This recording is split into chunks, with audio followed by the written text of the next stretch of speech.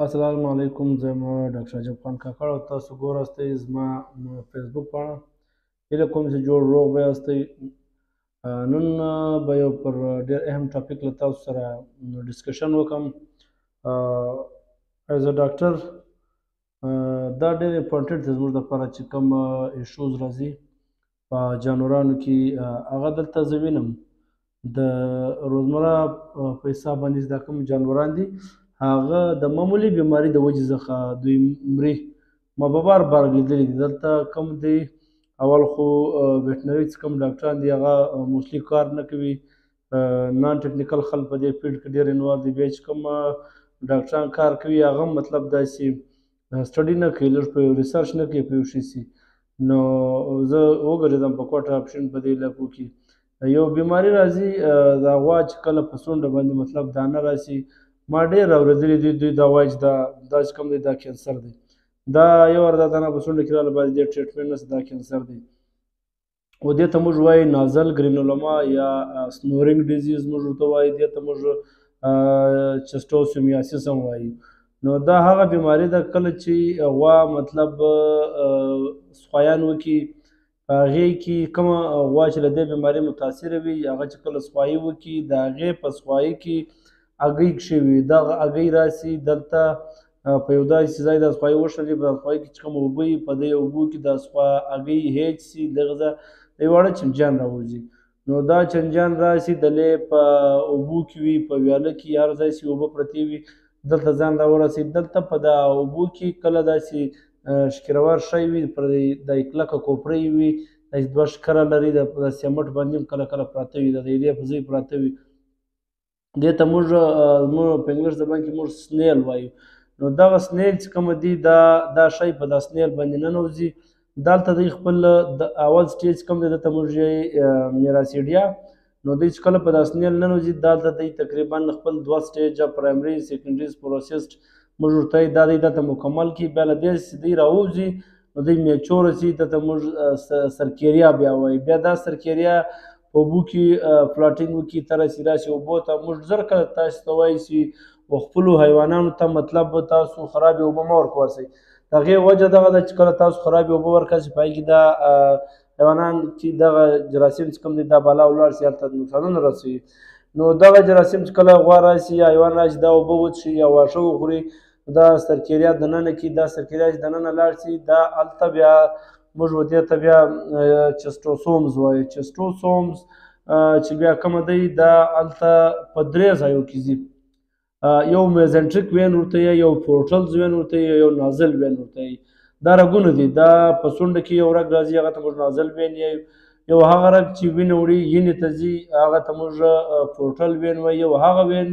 چې هغه رګ چې هغه کولمو ته وینه وړي هغه ته موږ میزنټریک وین وایو. نو دا جراثیم چې کوم دی دا ډایرکټ راسي هلته په دا درو رګو باندې ننوځي. هلته دوی په زیات تعداد کې دومرې هګۍ واچوي چې هغه یو ماس جوړ کړي. دونې هګۍ واچوي چې هغه دونې قدر پوړه جوړه کړي دانه جوړه کړي. که په کولمو کې دوی زیات تعداد راسي بیا په غوا کې ډایریا راسي. د غوا دوستونه انکنټرول او دوستونه نه درېږي. او که چې بیا چیرې په ینه کې راسي په ینه کې دوی دونه هګۍ واچوي په ینه کې دانه راشروع سي. اینمل خوراک یې لکې اینمل ډنګر سي د اینمل ته سالنډي راغورځي. بیا چې کله په څونډه کې راسي دا اوله د نری بلیډینګ راځي وینه دی لږ وینه راځي. بیا د څونډې چې کوم رګ دی په دې کې دی دومره زیاتې هګۍ واچوي چې هلته د غوا چې کومه څونډې دي زه به تاسو د تصویر ته ښکاره کړم. په دا تصویر کې تاسو ورته وګوراستئ دا څونډې دونه وپړسېږي کله یونیلیټرل سي کله بایلیټرل سي. یوه څونډه کې راسي کله په دواړو کې هم راسي. نو دا دونه وپړسېږي دا څونډې چې په دې کې چې کومه هوا راځي هغه هوا ودرېږي. هغه چې کومه د څونډې هوا پاسېږي هغه بلاډ سي. نو غوا ته ډایسپني موږ ورته وایي د سالنډۍ ورته راسي. چې غوا ته سالنډۍ راغله د غوا د سالنډۍ د وجې څخه غوا ته مرګ کېږي. د انټسټاین بلاکیج د وجې څخه غوا ته مرګ کېږي. په لیور کې انفیکشن جوړ شي نو غوا ته مرګ کېږي. نو د دې یو ډېر کامن علاج دی. پریویشن یې دا دی روکتام یې دا دی چې ته به خپله غوا چې کومه ده همیشه به خپل حیوانان په مردارو اوبو نه اوبه واستئ. کومې اوبه چې رنګ شین اوښتی کومه اوبه چې کوړم ولیړي پالتو اوبه وي هلته به خپل حیوانات نه راخواستي غواو ته به موږ تاسو ته هر وخت همیشه فرش اوبه ورکواستئ او دویمه خبره دا ده چې کومه هغه ایریا هلته غوا مه ګوراستئ چې کومه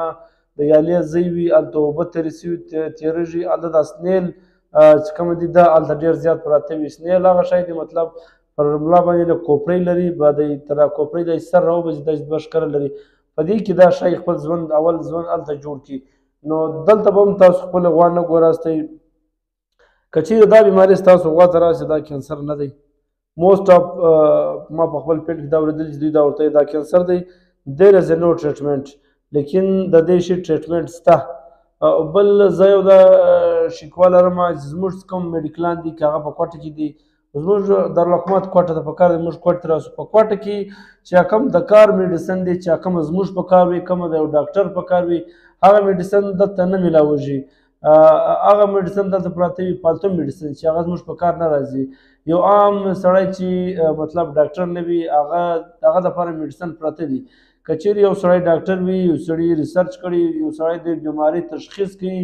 ګرځي د هغې ټریټمنټ کوي نو د هغې دوا دلته په مشکل سره له موږ سره نه پیدا کېږي هغه موږ کله له انډیا راغواړو کله لاهور ته کال وکړو لاهور کې هم نه وي له انډیا یا له بله ملکه بیا دا دوایي موږ راوغواړو د دې ټریټمنټ دپاره نو دا د دې اسانه بیماري ده یو پیراسایټیک بیماري ده دې ته دا تاسې انټي پیراسایټیک ډرګ ورکې و د انیملز ته نو هغه چې کوم لکه ټرایکلابینډازول دلې سته اویلیبل دی دا ټرایکلابینډازول چې ته ورکې دا فیمیل چې کومه چسټروسومز دي د هغې چې دا ټرایکلابینډازول یې مړه کوي پرازیکوینټلز هم یو قسم ډرنګس دی دا هم د دې بیماري ټریټمنټ دی دا هم د دې هغه دروي یو بل انجکشنز راځي هغه ډېر کارآمد انجکشن دی انټي هیلمنټ چې کومه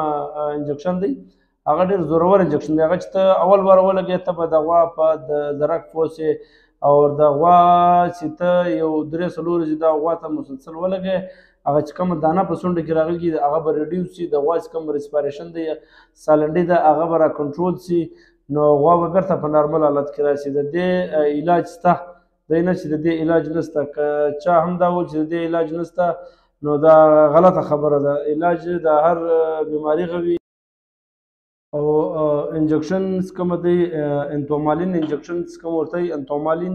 انجکشن یو پرازیکوینټل دا په دې بیماري کې ډېر زورور کار کوي ډېر ښه کار کوي نو موږ ته پکار دی چې موږ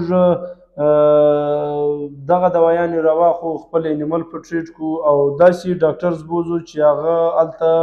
وګوري چې دا کومه بیماري ده ضروري دا دی چې موږ بیماري ډایګنوز کړو چې کله تا بیماري ډایګنوز کړه بیا تا ته ټریټمنټ اسانه دی اگر زه کوټه کې ډیرۍ ته ولاړم نو ډیرۍ کې چې کومه کس ناست و ډیرۍ منیجر و سمپل سړی و هغه ما ته وویل زه یو ډاکټر هم نه منم کم ډاکټران چې دلته کار کوي زما ګردې غوا مړې سوې یو داسې ډاکټر ما ته په مخ په کوټه کې نه دی راغلی چې هغه دلته ټریټمنټ کړی دی ما ته یې ویلې چې زه چې کوم یم 24 غنټې له غواو سره ګرځم زما تر ته ډېره تجربه ده زه تر ته ډېر قابل یم په غواو کې نو د ده خپل سوچ پر خپل ځای صحیح وي دلته موسټلی په فیلډ کې چې کوم سټاک اسسټنټس کار کوي هغه دومره کنسپټ نه لري چې هغه د ډیزیز تشخیص وکړي ها بلې چې کومه بیماریانې وي د هغه ډایګنوزس دی پرفیکټ نشي کولی د ډفرنٹ کاینډ اف ډیزیز میډیسنز ورکړي هغه که بیا هر میډیسن په دې باندې برابر سو ټیک دي لیکن بعض اوقات داسې بیماري راځي چې هغه په انټي بایوټیک باندې نه حل کېږي چې هغه په انټي وایرل بیماري باندې نه حل کېږي نو دغه دپاره بیا دارنګه ډرګس پکار دي چې هغه سوټیبل وي د دې بیمارۍ دپاره نو هغه چې ما ته کومې مسلې بیان کړې چې زه ډاکټران نه منم تر خپل حده پورې دی صحیح و بیا چې زه ورسره کښېناستم ما مجلس ورسره وکړي بیا ده راته وویل چې ډاکټر صاحب دا زموږ خوا ته خو دغه مسلې دي وروره زما غوا ګردې مري ما ته یو سم ډاکټر په ګوتو نه راځي زه دا وایم چې هر ډاکټر چې کوم دی دلته چې په فیلډ کې کار کوي پکار دی چې هغه لږ چې کیس ته ځي تر هغه نه مخه د کیس سټډي وکړي نو د کیس سټډي ډېر ضروري ده زه دا 8 کال دی خو فیلډ کې کار کوم لیکن هغه له سړي ډېر زر ویرېږي تر مېړه زه چې ته کوم ټیم یو چا له ورتلې تر یو 3 منټه له مخه هغه ته کال کوه چې څه بیماري ده ستا د غوا دې بیماري در وښیي نو ته یې وردا سټډي کوې بیا هلته مخ ته ورسه بیا تا ته ډېره اساني راځي نو هیله کوم چې تاسو به د نن چې کومه لکچر وي هغه خوښ شوی تر بله پروګرام پورې ما ته اجازت راکړئ لوی الله مې سپارم الله حافظ